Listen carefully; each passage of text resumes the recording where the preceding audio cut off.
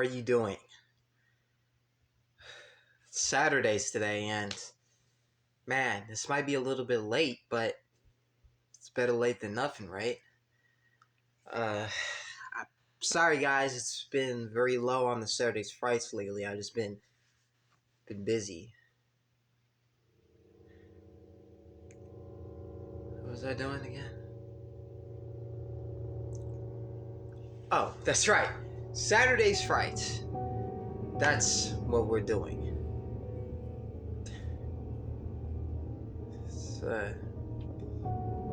It's been kind of weird lately. I've just been out of it, you know? But don't mind me. You know, the videos. You guys came here for the videos. These guys didn't come here for me. So, let's get to them.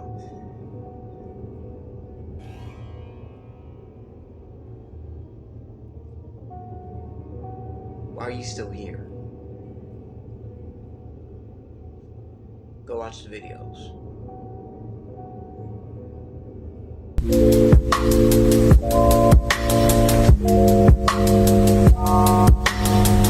This first one is by the boys at Wanty Entertainment, and it's called True Maid's Horror Story Animated. And yeah, it's like 2 minutes long. This was a very short one, but we'll continue to watch some more down the lines.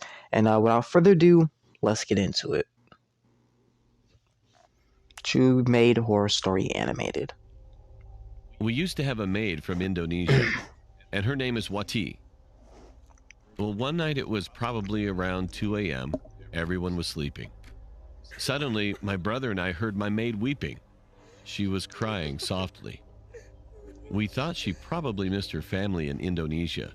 Most so likely. We just ignored her and went back to sleep. The next day, at the same time, around 2 a.m., she was weeping again.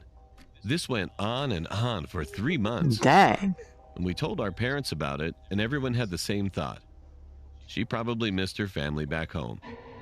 Oh, One snap. night at 9 p.m., my brothers and I were chilling in the living room. My maid was in the kitchen washing dishes. My dad was fixing the kitchen light, and suddenly my dad saw a shadow running around in the storage room. My dad thought it was one of us playing around, so my dad called out to my brother, "Can you please get the light bulb from the drawer?" But no one answered. Look at the maid's face.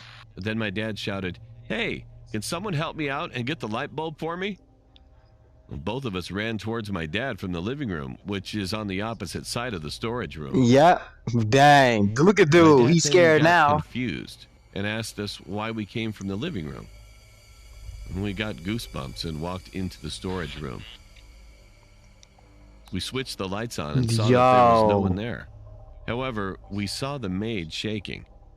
She looked at us, then started weeping again. My dad asked, "Who was that, and why are you weeping?" My maid then explained that it was her guardian from Indonesia. My dad asked, I'm sorry, yo, what?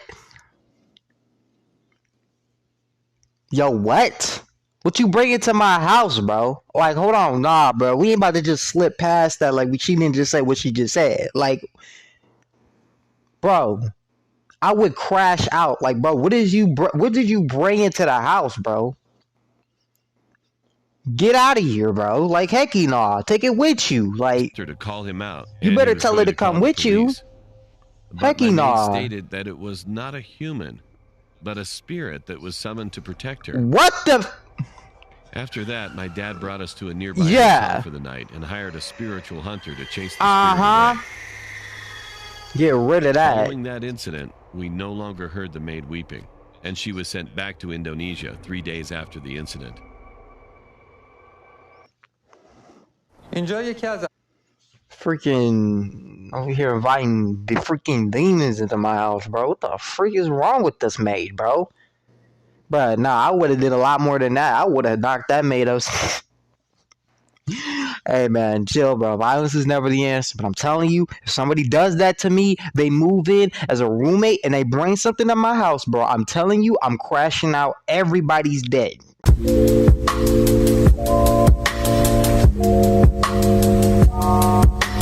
The second one is called Abducted, True Horror Story Animated. Goodness. Abduction. Horror Story Animated, and it's by the boys Llama Arts. Yeah, this one is a little bit longer. It's just only 5 minutes longer. So without further ado, let's go. You know what I'm saying? Abduction Horror Story. My name is Josh Roberts, and it's been a year since I was abducted. I remember it like it was yesterday. I was walking home from school. It was about 6 p.m. and there was a full moon and a chill in the air. I stepped off the bus, and for the first time, someone else got off with me. I'd never seen this new kid at school before. I could hear footsteps behind me. I took a quick glance and saw the kid walking at a brisk pace. I thought he was following me. Start taking off. I took a left, which wasn't my usual route. I looked around again and saw him take the same left. My heart started pumping and my legs started shaking. Get ready for a fight. Let somebody pull up. Hey, bro. I then panicked and started running. I remembered a shortcut in the nearby forest to my neighborhood, so I ran as fast as literally run into a corner and hit that corner and wait. Said a heavy voice from behind me. I tried my hardest not to stumble. Hit a corner, wait around that corner, and attack. The sound of sticks and leaves. Just wait till he round that corner and jump him. He ain't going to expect it. My legs started throbbing as the adrenaline wore off, so I took a detour towards a playground. I stopped to catch my breath. Yo, you ran into the woods, bro. You're dead. I went silent. I was doubtful that I lost him. I took my phone out to call the police when I spotted a local news article. Caution. There is a suspicious man on the loose. He escaped the local prison and assaulted an officer. Beware, he may look like a teen, but he is in his 20s. If you see him, call 911 immediately and lock your door. Look up! My mind started rushing with thoughts, and I started to panic. All of a sudden, someone started choking me with their arm. I tried to fight back, but they were so strong, I didn't stand a chance. My feelings of hope began to diminish as I slowly blacked out. I awoke to find myself in a dark, damp room that looked like a basement. The floor was hard and cold. There were no windows, but there was a staircase and a bathroom. I tried to move, but I was tied up with a thick rope. Yeah, I got him. How much was the deal? 200? Listen, you gotta do a little better than that. Okay, fine. You'd better bring the right amount, or you'll be tied up like that kid. What? What? He's selling me? The guy sounded mad and anxious with whomever he was talking to. Right after he hung up, he opened the door and walked down the stairs with an evil smile. This emo wannabe, bruh. I exclaimed as he taunted me. My arms started to fall asleep due to the tightness of the rope. He came closer to me and I spat in his face. He looked at me in sheer rage. Oh! Then the doorbell rang, followed by pounding on the door. The guy grabbed some tape this and man shut me just up before I could scream for help. He slowly backed off, signaling me to keep quiet, and ran towards the front door. I looked around, trying to see what I could use to untie these ropes. I spotted a rusty, sharp edge sticking out of the wall. This was my one hope. I successfully got up and tried with all my might to reach it. As I was trying to cut the rope from my hands, I could hear the commotion upstairs getting heated. I managed to free myself from the ropes when I heard the front door slam. The silence was terrifying. I was frozen in fear. Yo. Footsteps started coming towards the door. I choked Hide, back bro. to my original position, arms behind my back, wrists tightly locked together. Oh, okay, Now, okay. Where were we? So were you going with? Man. He walked towards me, grabbed my ankles, and started dragging me when the phone rang. He dropped Dummy. instantly and You didn't go to upstairs. see the... I wasn't going to lose this opportunity. I untied my feet, grabbed the closest thing to me, and hid behind some boxes. Now, where did you go? He said as he stampeded down the stairs. I heard him getting closer to where I was hiding. I bolted up from behind the boxes and saw him checking the bathroom. Run out. As he walked out, I struck him over the head with a pole. Oh, got him. Hit him again. Crimson red pooled around his head. I ran upstairs and out the front door. You should have hit him again. The closest house, screaming.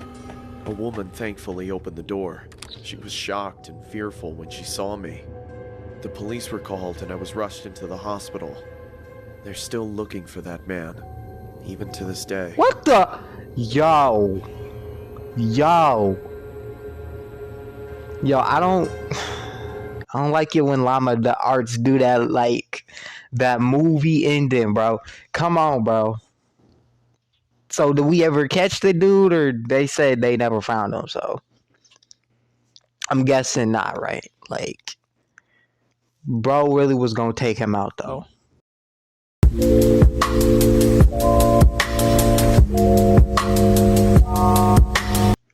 This third one we're watching is called Late Night Visit. Or just, hold on. Night Visit. I said late night. Goodness.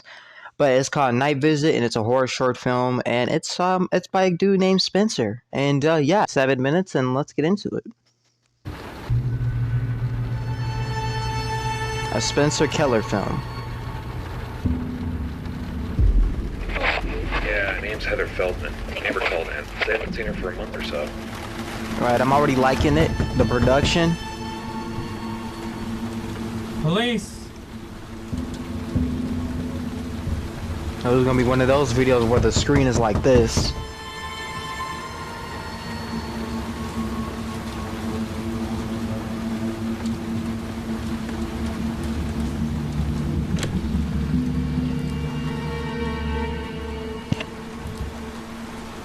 Hello? Police!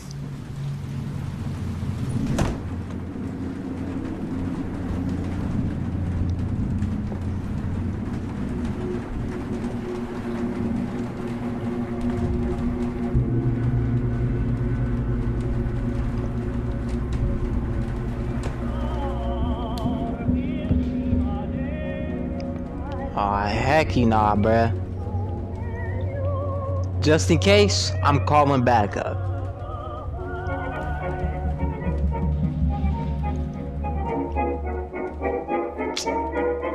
Anybody's house that got music like that playing in it, I'm calling for backup.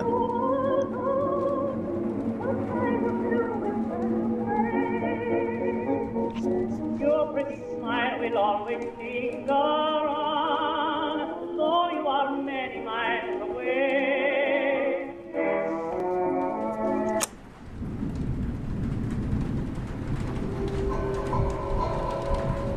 What? Mrs. Feldman?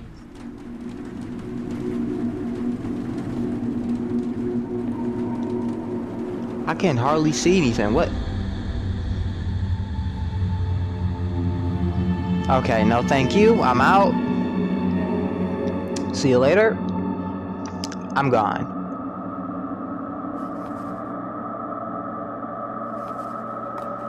Don't put the tape in. Mrs. What the heck?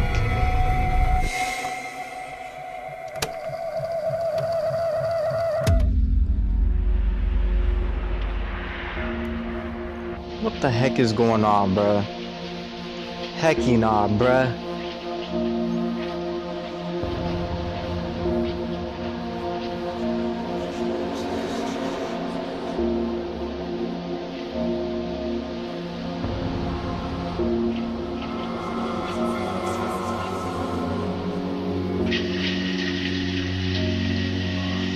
Yo, the way the screen is like this right now is kind of creeping me out.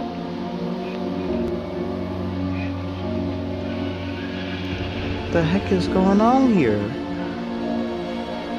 I don't think Buddy should be on his face like that.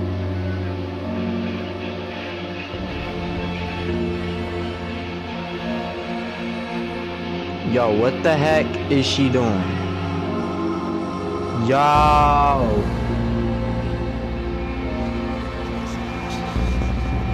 Has she killed people or something? Okay. Yo! We over here watching a snuff film. Yo!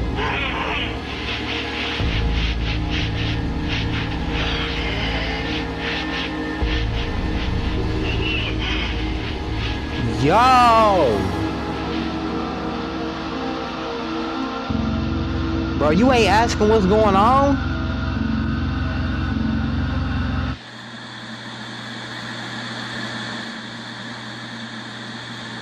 He's not even tied down.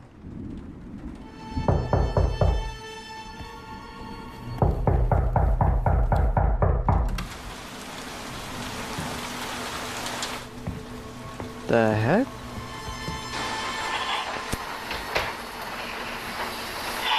Oh, hecky nah, bruh. Is this like some sort of curse or something? Long day?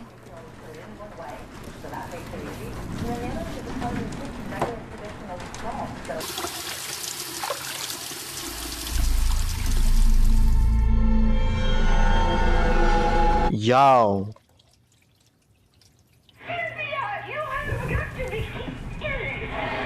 Why the music just die like that? What do you want to watch? Whatever you want to watch, babe. The Russian blockade of the Black Sea has made it impossible for Ukraine to deliver. The readings are shifting around so much I can't make heads or tails of what's out there. Talking about Ukraine. 7 of 9. Please report to after Metro 6-1. The Borg has been...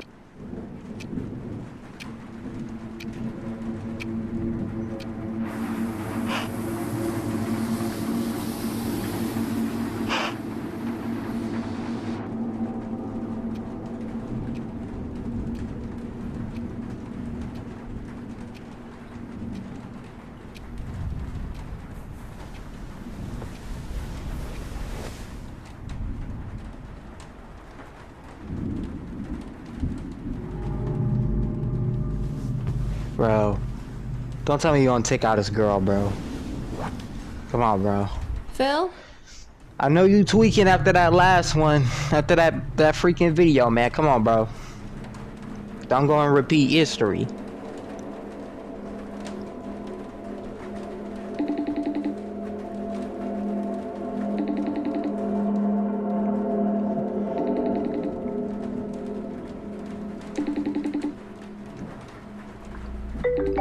No. Yo. Babe, what are you doing? Yo. Babe, what are you doing? Yo. Oh.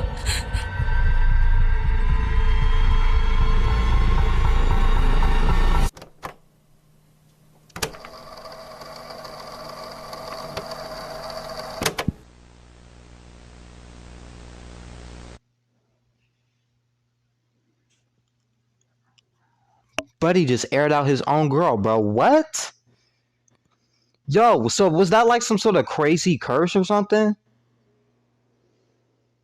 And then the woman just filming it. We can't even see their face. Looked like they was probably burnt, crispy. That face extra crispy, bro. They probably didn't even have a face.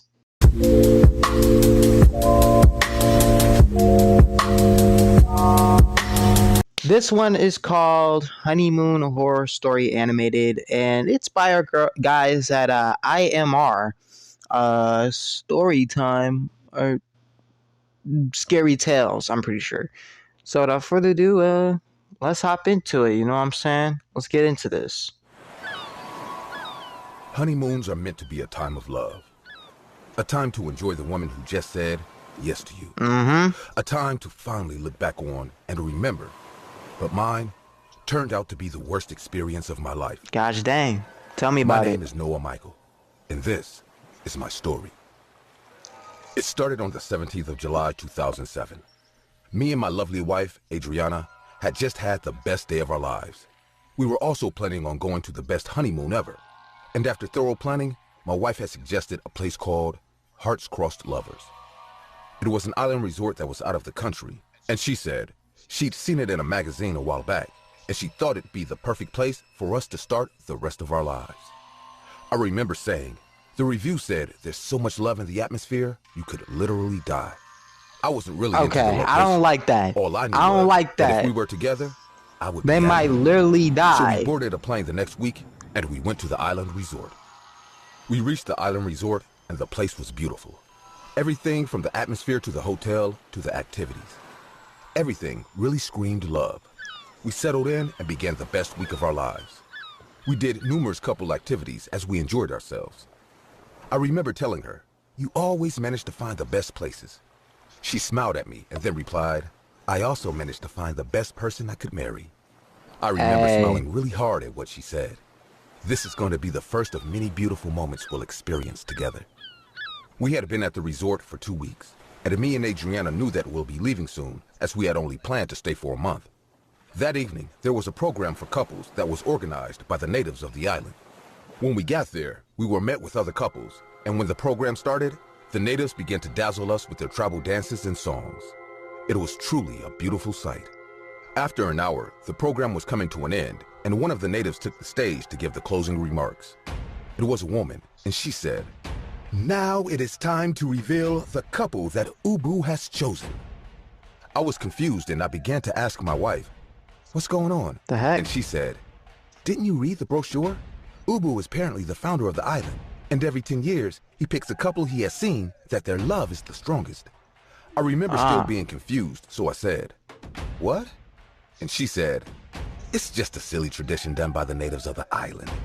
As I was about to ask another question, cheers erupted around us, and we looked to the stage to see native island women pointing directly at us, as we had apparently been chosen as the couple of honor. I was still confused, and they began to decorate us with beads and seashells. I called a waiter aside to explain, as my wife wasn't really explaining what was going on well, and he said, "It's a traditional thing done every 10 years by the villagers. Once they choose you, you will be taken by the villagers to see exclusive sights around the village and to participate in some exclusive activities." The next morning, the activity started off with a drama acted out by the natives, and it told a story about the founder of the island, Ubu. It said he found the love of his life on the island, and he decided to share the love he found to the island visitors. The narrator said, "And the love of his life told Ubu, 'My heart is so full of love for you, and if I could give it to you right now, I would, as I know this love will diminish within the coming years. I'm scared. So if you could take it, my heart as it is ripe and full of love now, I will gladly give it to you.'" Don't tell me one of them is gonna give each other their hearts. At everything that was going on, as I didn't understand the cryptic story. Eventually, it was done. You didn't catch the part where she kept saying, "I'm gonna give my heart to you." Like concoction to drink. I was hesitant, but I didn't want to be rude, so I took a little. Like, when we were freaking done, weird. The last place we were taken to was the Diamond Beach. The water was bewitching as it sparkled like glass. After that, the activities were over, and we finally began to make it back to the hotel resort. That night, while my wife slept, I stayed awake. I don't know why, but I felt really uneasy. It was 1 a.m. on the dot when my body fell completely limp. Hold on, bruh. Alright, back. I was aware of my surroundings, but I couldn't move or speak. And that's when I saw them. A square trap door that was situated on the floor hecky was no. opened in the middle of our room, and numerous black figures emerged from the ground. They immediately carried me and Adriana. What the? We still couldn't Yep, they move, give another heart. speak, or scream. As they took us down the trap door, we were taken through elaborate tunnels, and we eventually found ourselves outside. I saw what looked like little stone altars, and we were placed on them. What the heck is this? The scene looked like they worship as eventually everything went quiet, and a woman began to speak. "Listen, and listen well, chosen couple. You will now hear the full, true story of our forefather, Ubu, and his lover. As you see, Ubu knew that their love won't last forever, as love is fickle and weak. Yo, what the heck is going on It fades here? away with time. His lover knew this too, so the only way they could preserve their love was to harvest and out their hearts when it's fresh and what did I full of say? love, so that their love will last forever. This sick So wise crap. Ubu did the needful, and he carved out his wife's heart, the same on which we have kept for decades. Hey man, can we She then cut? proceeded to raise a jar. I couldn't make out what was in it, as I could only see a few remnants of whatever was once in the jar. The woman then continued and said, Ubu then realized that he had to stay to appreciate the love he had been given. So he passed down the teachings to us, and we have been following suit as we passed down the love to numerous lovers. Bro. Each of them raised a jar of their own.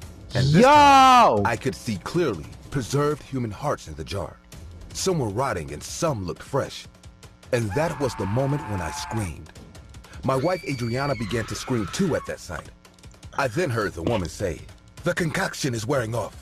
It's time to begin." This is literally y'all fault. I mean, literally the ad said you could die. She began to approach my wife.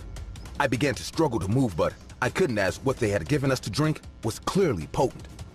I watched my wife begin to scream as she told her body to run, but it couldn't. Bruh. And that's when the native woman lifted the knife and decided to scar me for life.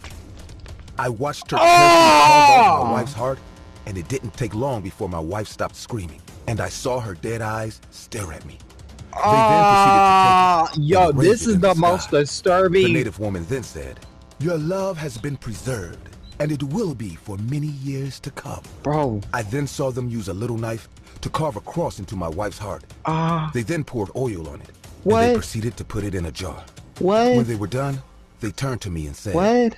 Sadly, you aren't as wise or as resolved as Ubu. What? So you can't appreciate what we have done for you. What? So, we will send you to be with your lover soon." Yo! I didn't scream or fight, as all I wanted to do was die. Yeah. As I had already died inside when I saw them kill my wife in the most horrific way. They then carried me and my wife's corpse to the Diamond Beach, and they threw us into the water. As the waves carried us farther out, I felt the ice-cold water seep through my skin. And as I saw my wife's corpse float out of my reach, I felt anger fill me as they had taken away the love of my life. Bro. I tried to reach out to her body, but I still couldn't move my arms. But I wasn't going to give up. So with all my strength, I reached out to her, and I held her corpse. We gotta get vengeance. It's Rambo time, bro. We gotta kill them. Don't tell me this is an ad. Are you kidding me? I don't care. No! What the? Ron did it again. Don't hit me back to back though, crazy. Right before it was about to sink, I began to pull her as I fought the current, and with all my strength, I began to make my way to shore with her body in my arms. It was the most brutal and strength-draining experience, bro. But I did it. And when we finally reached the shore, I collapsed. I began to hear some footsteps, and I was scared as I thought it was the native villagers. But it was a receptionist I had met at the resort. He saw me moving and rushed to my side. And the last thing I heard him say before I passed out was, "I'll go get help." No! I woke up in the resort. Oh, okay, good. But in a different room, and with a bad headache. I was surrounded by 2 doctors and a few cops. I immediately asked for my wife Adriana, but the doctor told me to be calm. I began to cry, and with tears, I told them everything that happened.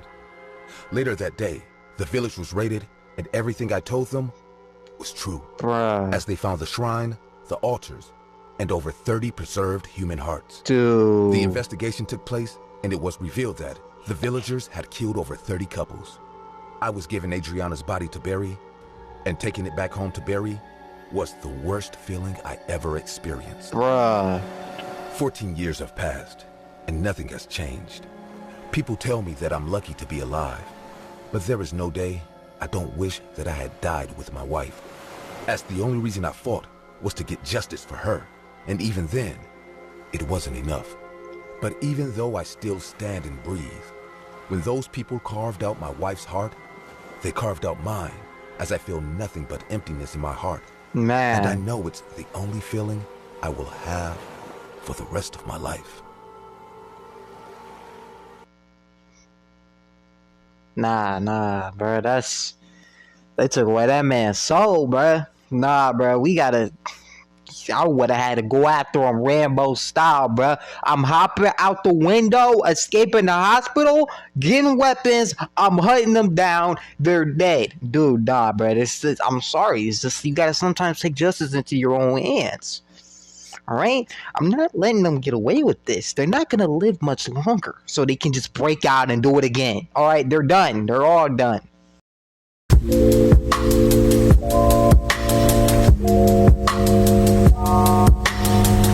Alright, this last one for the day is by our girl Snarled and Starfire, and it's called Don't Open the Door, a murder mystery thriller story time. It's 4 minutes long, so yeah, let's get it.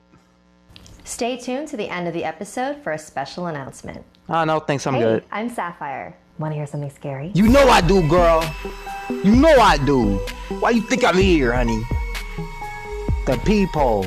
If I were you, The I'd butthole. lock my What? doors before listening to our final chapter. This is the story of Donna, a young girl who was left home alone one night for a little too long. For the pee hole. There once What? was a 15-year-old named Donna. Her mother died when she was very young, and it was just her and her dad ever since, living in a peaceful suburb. Donna got They had that grown swagger with her incredibly close haircut. over the years. They would always know what the other was thinking, and even feel when the other was near. Some joked that they were psychically connected. Wow. One morning, Donna and her father were having breakfast. "I've got a meeting later today," he said. "I'll be home late, so don't wait up for me." He left some cash for her to order dinner, kissed her on the head, and headed out the door. Later that day, Donna came back home from school. Usually her dad would be home from work at this time, so it was weird coming home to such a still and quiet house. So she sat at the kitchen table and started to do some homework. Suddenly, she felt a sharp pain in her neck. It went away as quickly as it came, so she decided to ignore it. Ow! Her neck stung again. The pain was getting more and more intense. She ran to the freezer to grab an ice pack and placed it on her neck. The pain began to fade away. I wonder what that was all about. It was. You know what I think? I think I just figured this out. So they're psychically connected, right? Dad got decapitated. That's what I'm going with. Dad got decapitated. Bruh. It's now 8 o'clock and still Or he no word from her got stabbed dad. in the She neck figured or she could something wait up a crazy. He little got longer for shanked, him and decided to bro, order or some pizza. decapitated. It's one of the two, Hi, bro. I'd like to make an order. It's one of those. Sure, I can hold. The subject is still on the loose. The police are recommending everybody lock their doors and windows and not answer the door for anybody, especially at night. Hi, can I get a large pepperoni pizza? It was getting pretty late, and she began to doze off on the couch and dream. She was a little girl again, in the house she used to live in when her mom was still alive. Donna was sitting at the kitchen table, and she looked over at the stove where a woman with her back turned was making breakfast. "Mom?" The woman turned around. It was her mother. She walked over to the table and placed a plate of eggs in front of Donna. She whispered in her ear, "Don't open the door." What? Suddenly, she found herself standing on the side of a busy highway. What the? Cars flying past her. She could hear someone calling her name in the distance. "Donna! Donna! Donna!" Across the highway, she Dad? began to make out a figure. It was her dad. "Donna, don't open the door. Dad, I can't hear you. Where are you? Don't open the door." Donna sat up on the couch. What a weird dream. Felt so real. The doorbell rang again. Don't open it. "Oh, my food's here." No! She stood up and started walking towards the door, but stopped when she passed a window. It was a lot darker outside than she remembered. How long was I asleep for? She looked at her phone. It was 1 a.m. She called up the stairs. "Dad, are you home?" The doorbell began to ring more Your food persistently. ain't gonna come at "Dad, no is that 1 you?" a.m. She went to the door and looked I through mean- the peephole. It was her dad. Finally. She went to slide the No, lock your open, dad but got a quickly key. locked the door again. Something wasn't right. She didn't have that feeling when she knew her dad was nearby.